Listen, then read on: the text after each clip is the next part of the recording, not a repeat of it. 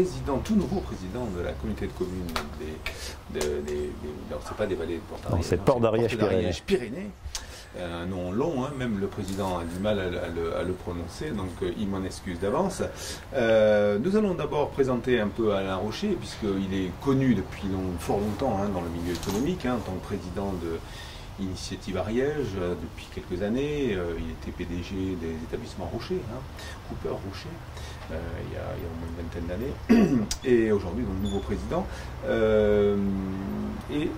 Alain, vous avez quitté vos fonctions de président d'Initiative Ariège récemment. Voilà, j'ai d'une part, les élections municipales qui m'ont permis d'accéder à la présidence de la communauté des communes des Ports d'Ariège-Pyrénées.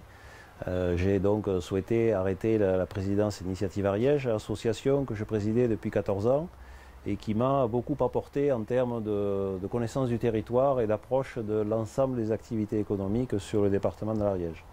Donc c'était un choix obligatoire, puisqu'on ne peut pas accumuler les fonctions à la fois dans une association de ce type et à la fois en présidence de communauté de communes. Et c'était, je crois qu'aujourd'hui, l'association a besoin d'un renouveau et le nouveau président qui a été élu va amener un autre souffle, une autre vision de ce que peut être une plateforme d'initiative locale. Plateforme qui fonctionne très bien, puisqu'en 14 ans, on a fait à peu près, on a reçu 1000 porteurs de projets, que l'on a accompagné en leur octroyant 12 millions d'euros de prêts sur le territoire, ce qui a généré, sans donner trop de chiffres, environ 60 millions d'économies pour le département. Donc je crois que c'est un vrai plus.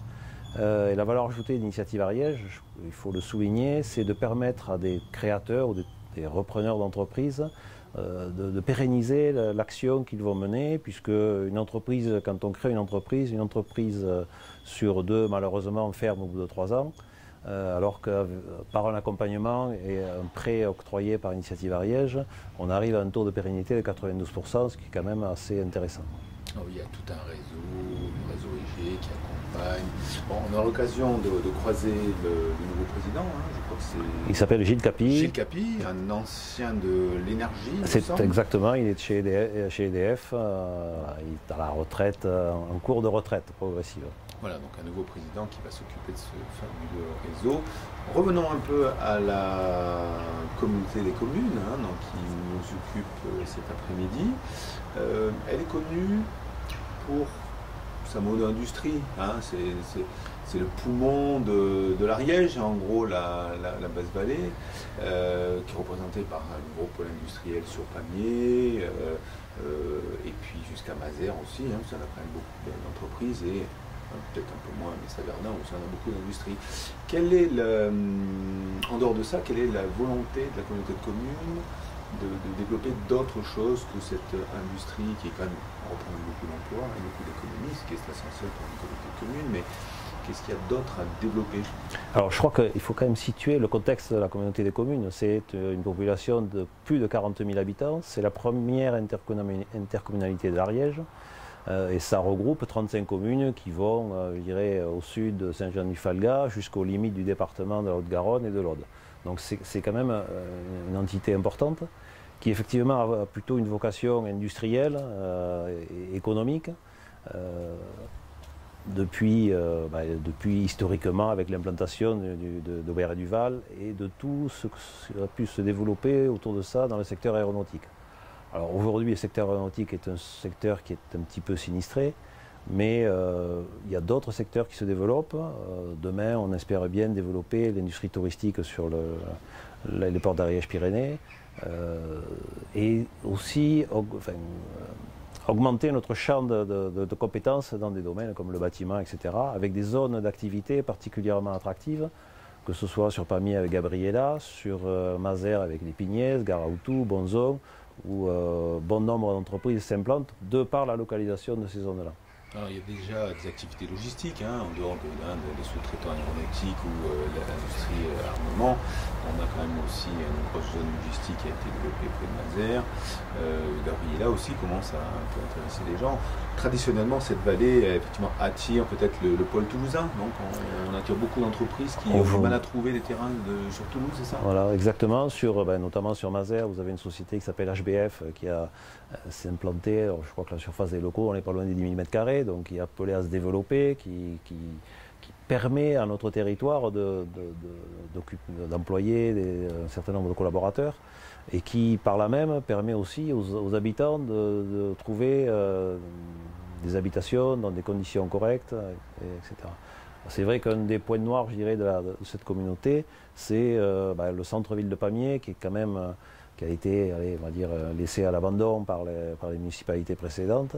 Et il nous appartiendra dans les 10 à 15 ans à venir à revitaliser. Et bon, nous avons des programmes qui sont en cours qui permettront de commencer à amorcer le renouveau un petit peu de Pamiers, qui est sûrement la commune qui nécessite dans son centre-ville le plus d'énergie. Effectivement, vous faites partie d'une équipe qui a déboulonné, mais donc quand même un pilier qui est représenté par M. Trigano, qui était là depuis de nombreuses années et qui avait fait le développement de Pamiers. Donc on sait pendant la campagne que vous avez quand même critiqué ce qui a été fait. C'est vrai que le centre-ville de Pamiers est en difficulté. On voit qu'il y a eu quand même un programme qui est envisagé, et donc une reconstruction, un gros travail qui doit être fait dans le futur. En dehors de l'économie, quel est le champ de la communauté des communes et quels sont les nouveaux axes de travail que vous allez proposer? Alors d'abord, c'est véritablement de créer un esprit communautaire. Cette communauté de communes, elle est très jeune, elle a 3 ans.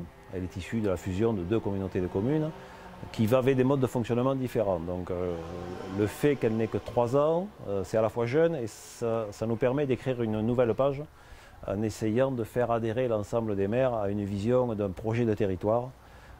Et puis de mettre en place les clés de redistribution à l'échelle du territoire. Aujourd'hui, il n'existe pas de pacte de gouvernance, il n'existe pas de pacte financier. C'est une obligation de définir des règles qui nous permettront de travailler ensemble, avec une vision commune. Ça fait partie de mes objectifs premiers, avec une conférence des maires qui aura lieu la semaine prochaine, un séminaire des élus communautaires qui aura lieu au mois de novembre, pour essayer de, je dirais, pas de mettre en ordre, mais de donner une vraie ligne directrice à cette communauté des communes. Avant de décider à la place des élus, puisque la conférence des maires n'a pas eu lieu, etc., on voit que l'économie est un point commun sur les 3 grosses villes.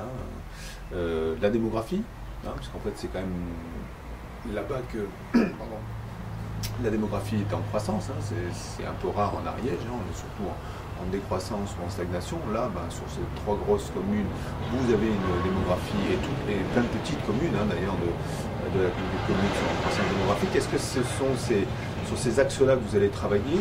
Le sujet environnemental dans d'autres communauté de communes est beaucoup en phase de développement. On parle de mobilité, on parle de transition écologique. Est-ce que ça va être aussi un chantier? Ça fait partie des nombreux sujets sur lesquels nous devons travailler. La mobilité est un enjeu majeur parce qu'on ne peut pas concevoir aujourd'hui une mobilité sans parler vélo, sans parler piéton, sans parler transport en commun. Et encore une fois, non seulement sur Pamiers, mais sur l'ensemble du territoire. Et même au-delà du territoire, développer une stratégie avec les intercommunalités voisines. Il me semble notamment tout à fait intéressant de développer un transport en commun vers le Chiva, qui est sur la communauté d'Aglo de Foix, mais les Apaméens, les Saverdinois, les Mazériens, etc. vont tous au Chiva. Donc il faut absolument qu'on développe une mobilité douce, une mobilité écologique sur notre territoire. Est-ce qu'il n'y a pas une tendance aussi à vouloir récupérer un petit peu Savardin et Mazères, parce qu'ils sont quand même très tournés vers Toulouse. Alors, quelque part, les services de Toulouse ne sont pas très loin de ces communes, et puis les axes routiers ne sont pas si loin non plus. Je crois c'est un peu l'idée. Je crois qu'aujourd'hui, ces communes-là, elles appartiennent à l'intercommunalité. Il faut peut-être mieux les intégrer. Pour ma part, je pense que par le développement des zones d'activité, je n'ai aucun scrupule à favoriser ou à permettre à des communes, à des entreprises de s'installer sur Mazères. Parce que ça fait partie de la vie de l'entreprise. On a développé des zones, il faut les spécialiser peut-être par thème, mais en tous les cas, il faut y accueillir toutes les entreprises qui veulent venir nous voir. Et il n'est pas question de faire concurrence entre les villes de l'intercommunalité ni vis-à-vis des autres intercommunalités du département. Est-ce qu'il y a des sujets qui vont être difficiles à rapprocher? Je vois que Pamiers a développé une politique culturelle et festive particulière, Saverdun, le maire de Saverdun aussi, le maire de Mazères, donc on a quand même trois pôles qui ne s'affrontent pas, mais presque, hein, chacun essaie de tirer son épingle du jeu. Est-ce qu'on peut envisager une politique intercommunale concernant la culture? C'est l'enjeu de ma mandature, c'est d'arriver à créer un esprit communautaire sur l'ensemble des domaines. Et je pense que si on est chacun à l'écoute de l'autre, on devrait arriver et comprendre que la mise en commun de moyens, ce n'est pas l'accaparation par les uns ou par les autres, c'est vraiment permettre à l'ensemble de se développer. Nous avons par exemple commencé à évoquer avec Philippe Caléja la mise en place d'une voie verte entre Saverdun et puis Pamiers, voire Rieux de Pelleport, qui serait la continuité de ce que fait l'agglomération de Foix. Voilà, des sujets sur lesquels on doit pouvoir trouver un consensus sans animosité et en toute transparence pour le bien des habitants de notre territoire. À titre personnel, vous avez rencontré Philippe Caléja? Nous nous voyons régulièrement dans les conseils communautaires, nous nous voyons régulièrement dans tous les syndicats auxquels nous participons. Je pense que notre relation, je dirais, aujourd'hui fluide. C'est vrai que l'élection du 11 juillet a été un petit peu mouvementée. Bon, il a fallu que chacun trouve ses marques. Je crois qu'aujourd'hui, on a un bon fonctionnement qui nous permet d'aborder l'avenir dans des conditions sereines. Bien. Vous êtes un homme d'entreprise, hein, donc je l'ai dit au début. Donc le premier chantier de l'homme d'entreprise en tant que président, de quel chantier s'agit-il? Quel souhait vous aimeriez? Alors le premier travail, ça a été d'abord de rencontrer les collaborateurs de la communauté des communes, parce que ça me paraît important. Ce sont eux la chevalerie ouvrière de notre territoire, et il faut absolument les connaître et savoir le fonctionnement. Il y a les locaux. Aujourd'hui, nous avons des locaux qui sont très vétustes au niveau du siège social. Nous envisageons d'acquérir des locaux, les anciens locaux d'Engie sur Pamiers, qui nous permettront d'avoir d'abord une identité, et puis de regrouper l'ensemble du personnel sur un même site. Vous pouvez rappeler le nombre de salariés Alors, il y a environ 250 salariés sur la communauté des communes, dont la moitié sont consacrés à la petite enfance. Donc les crèches, les rames, etc. Mon premier travail, c'est aussi d'aller rencontrer les chefs d'entreprise qui sont pour moi le pilier économique nécessaire sur le territoire. Donc je sors d'un entretien avec un entrepreneur qui, d'abord, est content d'avoir un élu qui vienne le voir, ce qui n'était pas arrivé depuis très longtemps, et ensuite qui, à partir de là, peut se projeter dans l'avenir et nous informer de son développement, de sa nécessité d'acquérir des terrains, ou maintenant ou plus tard, et de partager une vision du développement des zones. Voilà, ça, je l'ai fait sur Pamiers, je le fais sur Mazères, parce que il me semble nécessaire, si on veut demain que le territoire se porte mieux, c'est déjà au moins d'accueillir les chefs d'entreprise et de leur permettre de s'installer dans des conditions les plus favorables pour eux. Donc en fait, après ces quelques semaines de prise de fonction, hein, parce qu'on est quand même dans le récent, hein, ouais, on vous croise de temps en temps à côté de la préfète, du vice-président de la région, donc vous prenez vos marques, si je comprends bien. Voilà. 6 ans de travail. On vous souhaite tout ce qu'il faut, hein, pour que ce pays prenne un peu matière, puisque quelque part en dehors de l'économie, on voit bien qu'il n'y a pas encore grand-chose. Alors la communauté des communes, elle aura des compétences à acquérir, notamment sur l'eau, qui sera une compétence obligatoire en 2026, sur la compétence transport, qui va être, je dirais, validée rapidement. Donc on voit bien que la communauté des communes est l'outil qui permet de mettre en commun à la fois des moyens, du personnel, pour le bien-être de tous. On ne peut plus imaginer aujourd'hui que les communes soient indépendantes les unes des autres. Il y a 100 ans, quand une usine s'est installée, les habitants habitaient autour et les enfants allaient à l'école autour. Aujourd'hui, c'est fini. Aujourd'hui, on est dans des industries qui sont localisées, des habitants qui habitent ailleurs, des crèches qui doivent être disponibles encore dans un autre endroit, etc. etc.